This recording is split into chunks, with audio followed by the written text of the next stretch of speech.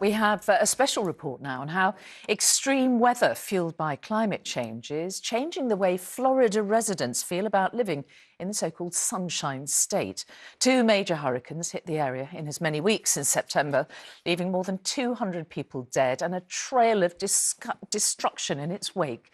It also damaged Florida's residents' faith in their ability to rebuild their homes and indeed their lives. We heard from one couple who said that moving there had been a nightmare. Well, now they are frightened to stay, but they can't actually sell their home. New technology is helping design homes that are said to withstand even the most powerful storms. But that, of course, does not come cheap. And for many, the fear of more disasters to come has destroyed pretty much their Florida dream, as Sejal Karia reports. Florida, the Sunshine State of North America, a surfer's paradise. The promise of long sunny days and beautiful beaches that lures many to make a life here. But the sounds of trucks on Sunset Beach in the Tampa Bay area are a somber reminder of what Florida is facing. A mighty clear-up operation is underway following the devastation of two powerful hurricanes that hit within 2 weeks of each other at the end of September. Helene was first, a supercharged Category 4 hurricane that caused catastrophic flooding and widespread damage. Then, even before Floridians could begin picking up the pieces, Milton arrived, described as the storm of the century. Hi. For some, it was one disaster too many. For the third time, we have gutted this house. You can bend down and you can see through multiple rooms. Ashley, Greg and their two children live on Florida's Gulf Coast, just north of Orlando. Their home flooded in last year's hurricane season. They'd only just finished repairs when Hurricane Helene struck and their house flooded again. We were planning on putting our house on the market October 1st. We had our pod loaded up with the stuff we saved last year. The hurricane hit and we lost all of that. We can't sell the house anymore. We can't move. It's not just financial recovery, it's mental well-being, physical well-being, emotional well-being. It's how do you keep your kids educated? How do you rebuild? Where do you live? Going through this again, Greg and Ashley are finding it hard to see any hope.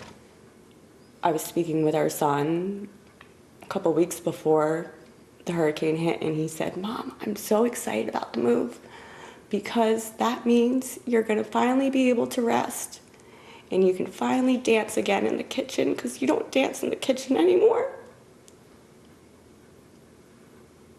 Do you regret moving here? Yes. Yeah, for sure. Yeah, this has been a nightmare. Like Ashley and Greg, many in Florida are grappling with complex and expensive insurance claims.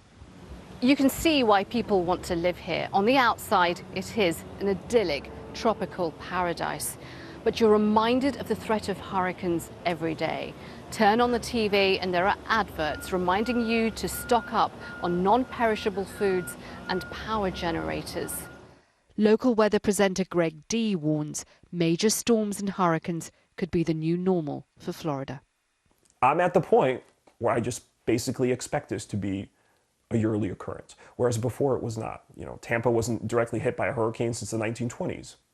And suddenly, every year now, it seems like there is something, just another storm. Those who want to stay want to be storm safe. That, though, might come with a high price tag. It may mean living here in luxury hurricane-proof homes. It's claimed these houses could withstand a Category 5 hurricane. Among the features, raised living areas, structures secured with steel straps, hurricane-proof windows and solar-powered batteries to help during power outages. You've had Helene, you've had Milton. How did these homes hold up? No damage from Helene. From Milton, there was a little bit of flying debris around that barely damaged our hardy board.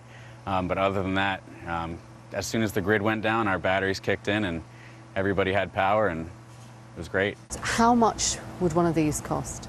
The interior lots start at 1.25, and the exterior that comes with a boat slip right on the water are 1.8. That's quite expensive.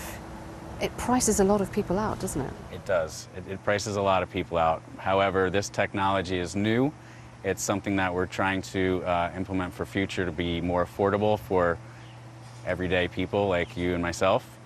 And as we get closer to that, it might be a new building code throughout the whole state of Florida. Regardless, for many, the Sunshine State is a paradise lost. And that raises new questions about whether the Florida dream can survive into the future. Sejal Karia, ITV News, Florida.